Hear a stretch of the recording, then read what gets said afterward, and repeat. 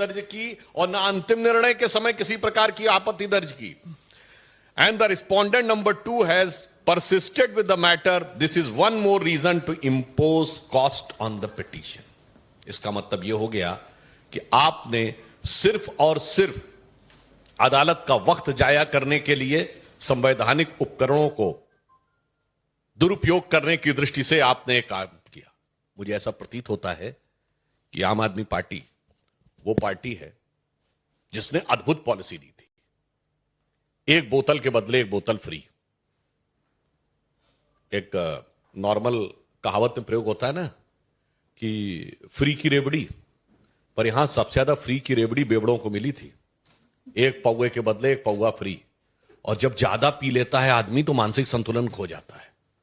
मुझे ऐसा लगता है श्री अरविंद केजरीवाल जी के साथ ऐसा ही कुछ हो गया है. वो पूरी तरीके से विक्षिप्त हो गए हैं और पता नहीं क्या क्या उल्टा सीधा बोलते भी चले जा रहे हैं, निम्नता पे भी आ रहे हैं और कोर्ट से भी फटकार पा रहे हैं. मगर दो चीजें बहुत साफ होती जा रही हैं. जिस ढंग की उन्होंने भाषा का प्रयोग किया है वो भारत की राजनीति में भाषा, शैली, भाव, भंगिमा, मैं तीनों चीजों की बात कर रहा हूं. वन होता है the words, the letters, the expression and your body language.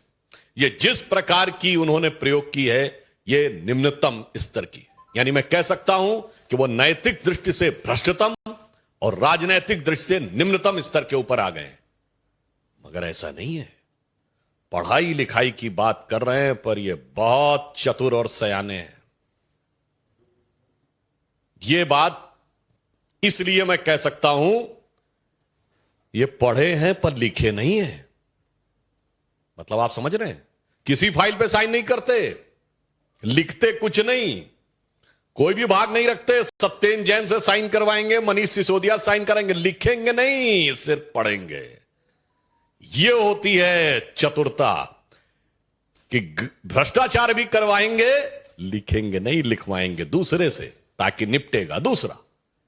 इसीलिए मैं कह रहा हूं इनकी पढ़ाई लिखाई में बहुत सारी चीजें आपस में गुथी हुई हैं कि जो कभी लिखे नहीं, सिर्फ पढ़े की बात करे. इसीलिए तरह तरह के स्वांग रचना.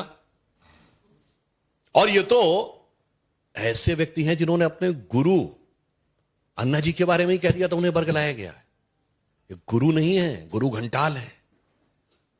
ये स्वांग रचने वाले हैं. इनको क्या क्या संज्ञा दी जाए, नटवर लाल है. क्यों? यह बात मैं विनम्रता से पर दृढ़ता से कहता हूं. कौन भूल सकता है कि वो पार्टी है जिसने खड़े होकर राजनीति में आने से पहले कहा था सारी संसद चोर है. ये वो पार्टी है जो टोपी लगा के आते थे कि मुझे चाहिए जन लोकपाल. कहां गई आज वो टोपी? जनता को पहना दी. चलिए, दिल्ली में कहते थे पूर्ण राज्य का दर्जा नहीं है, 1 साल हो गया. पंजाब में कहां है आपका वो जन लोकपाल? ये वो पार्टी है जिन्होंने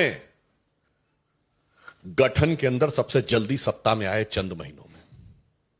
मगर ये वो पार्टी है जिन्होंने कसम खाई थी. आपको याद हो, अगर पुरानी फिल्मों में कई बार होता था ना कि जो विलेन भी होता था वो भी जब कोई झूठ बोल रहा होता था तो उसके परिवार वाले अगर कहें कि फलां की कसम खाओ तो वो चुप हो जाता था. याद है ना आपको? मगर यहां तो कसम खा ली, पलट गए. वो वैगनार हरी बत्ती वाली कहीं नहीं दिखती. मैं बंगला नहीं लूंगा, ले लिया. मैं सिक्योरिटी नहीं लूंगा, ले लिया. मैं विनम्रता से पूछना चाहता हूं, एक बिंदु बताइए जिसके ऊपर इन्होंने अपना स्टैंड कायम रखा हो.